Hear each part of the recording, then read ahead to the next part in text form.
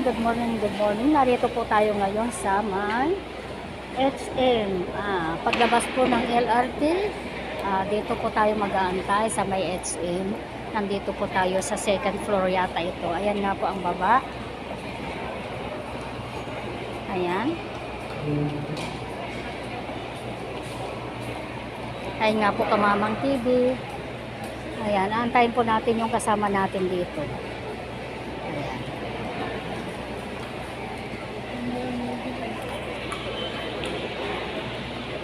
Ang ganda po ng ating aura dyan, ano po. Pero hindi po bagay yung ating damit kasi kulay blue po siya. Pink yung pong kanyang background. Kaya yun nga po Kamamang TV, mag-aantay lang po tayo. Galing po tayo doon sa may istasyon, bumaba po tayo dito sa may Gateway Cubao. Kaya mas madali nga lang po dito. Kaya dito pansamantala po natin antayin ang ating kasama na si ating Rose.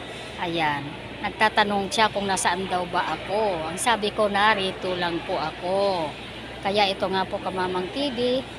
Ayan. Ikot-ikot lang po tayo. Ayan.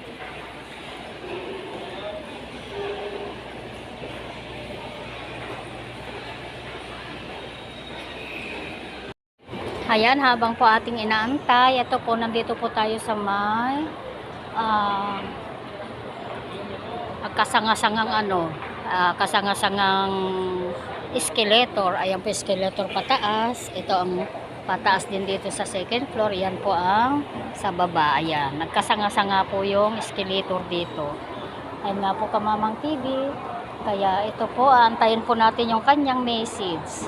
Kung bababa na nga ba ako o siya na ang pupunta rito sa taas. Kasi mas sanay po siya dito kaysa sa akin. Pero marunong naman, kasama naman po natin si Magta.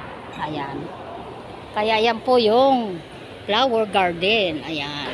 Ayan nga po Ayan, habang nag-aantay po tayo dito sa taas. Ayan, titignan lang po natin ang flower garden.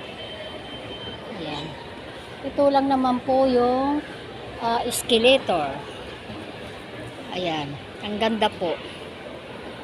Ayan nga po Kamamang TV. Ayan. Ang ganda po Ayan. May mga puti-puti po itong mga dekorasyon. Parang lumilipad na naibitin po na lumilipad na butterfly. Ayan, mga puti po na yan. Hindi natin nakikita sa video. Ayan. Kaya ito po, antayin natin siya. Yung reply niya sa atin.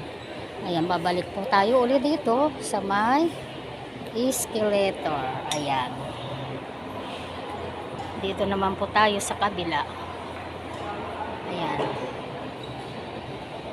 O siya, sige po. Tayo po ay tatawag sa kanya muna. Okay, bye!